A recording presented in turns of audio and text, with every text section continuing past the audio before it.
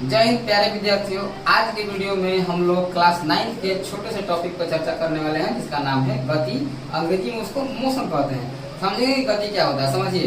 देखिए, गति करने का मतलब होता है कि चलना, और विराम का मतलब होता है रुकना। विराम का मतलब रुकना और गति का मतलब होता है चलना। तो आपको कैसे पता चलेगा कि कोई वस्तु चल रहा है कि नहीं चल रहा है? देखिए, अगर हमको पता करना पड़ेगा कि अगर हम चल रहे हैं कि नहीं चल रहे हैं, अगर हम गति में है कि नहीं है, तो हमको अपने आसपास के दूसरी वस्तुओं को देखना पड़ेगा। जैसे यदि आप गाड़ी से चल रहे हैं तो गाड़ी से चल रहे हैं तो गाड़ी तो चल रही है, तो आप कैसे जानेंगे कि गाड़ी चल रही है? तो आप अब रोड को देखेंगे तो हम जा रहे हैं इधर, तो रोड भागेगा पीछे, तो हमें पता चलता है। जैसे मान लीजिए हम कह रहे हैं गति कर रहे हैं, तो हम यहाँ से जा रहे हैं, गति कर रहे हैं, तो आप वीडियो में देख कर कैसे बता रहे हैं गति कर रहे हैं? तो आपको पता चलता होगा बोर्ड से तुलना करते होंगे हमें कि यहाँ पर हम अभी लिखे हैं तो आगे आ जाएंगे तो गति में हो गया।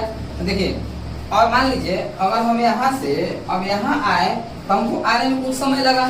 तो इस प्रकार गति का परिभाषा बनता है कि जब कोई वस्तु किसी दूसरे वस्तु के तुलना में और किसी निश्चित समय में अपना स्थान परिवर्तन कर देती है, तो हम कहते हैं कि वह वस्तु गति में है। एग्जाम्पल में हम क्या करते हैं कि हम यहाँ से इस बोर्ड के तुलना में क्या किए, स्थान अपना परिवर्तन कर दिए, ठीक है।